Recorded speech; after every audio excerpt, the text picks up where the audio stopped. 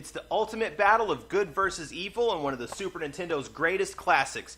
And I've got it in the original video update rental box with the cutout box art, the stickers all over the cartridge, the crinkled up manual with the germs and the bacteria and the... Oh. It's Actraiser for the Super NES. Let's check it out.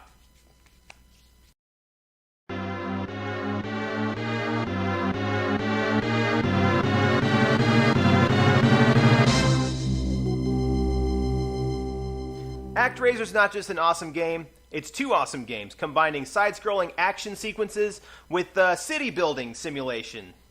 I mean, sorta. You play as God, at least in the Japanese version. In the US version, the protagonist is called the Master, presumably because happy American Christian families would take offense if they let you actually be God. In Japan, the evil supervillain is Satan. In the US version, it's Tanzra. Or something. So as the Master, you assist your townspeople through the powers of nature. You summon weather and earthquakes and stuff to clear the land so your townspeople can expand their settlements. You also lead this little naked flying baby dude around to shoot monsters before they can steal your people or destroy the city. The goal of these segments is to direct the townies to seal up the monsters' lairs. You can't do it, only the townsfolk. Along the way, your people dig up artifacts, and you gotta be a friendly god and listen to their stupid problems about their dumb kids dying and blah blah blah blah blah. And they give you presents. Offerings include things like new magic powers, bombs, and power-ups for the flying naked baby. They also give you, like, technology that you can share across all the different realms you discover. Things like bridge building and wool. There are 6 themed regions altogether, plus a little hidden boss rush inside a big crater. You've got to clear every realm of evil presences, and that happens 2 ways. 1, your townsfolk seal monster lairs, and 2, you've got to go down there yourself and stick your god boot up their monster butts. That's right, monster butts. And once you're done shooting arrows with the flying naked baby, it's time to come down to Earth and clear out this crowd like diarrhea in an elevator or something. After a radical Mode 7 transition, you take the form of a living statue with a big ol' sword and magic attacks, and man oh man, this is some fine platforming. Each realm has 2 acts of side-scrolling.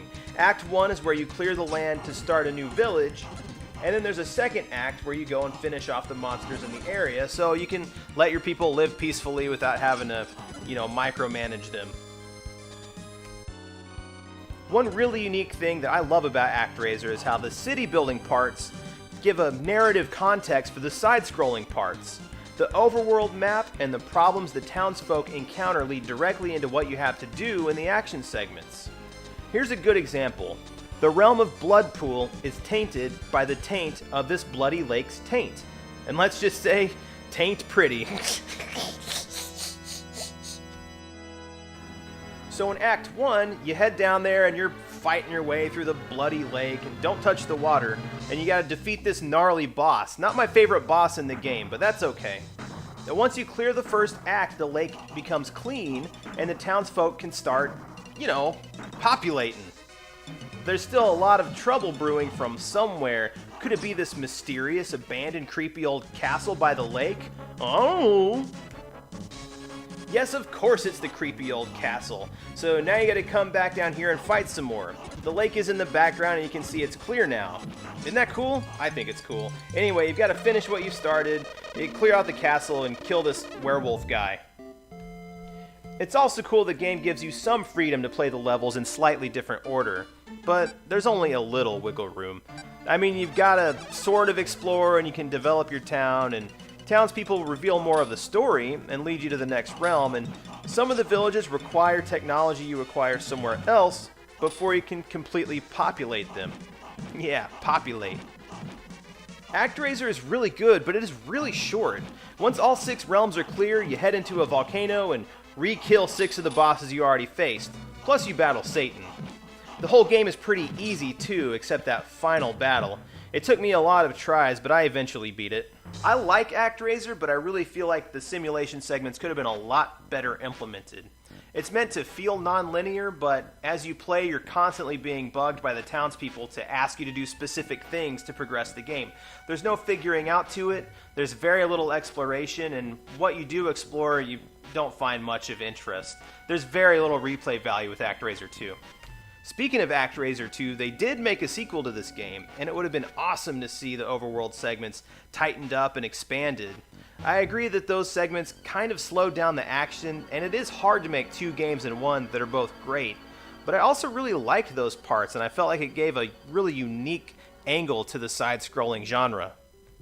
Instead of improving on the city builder segments, Actraiser 2 did away with them altogether.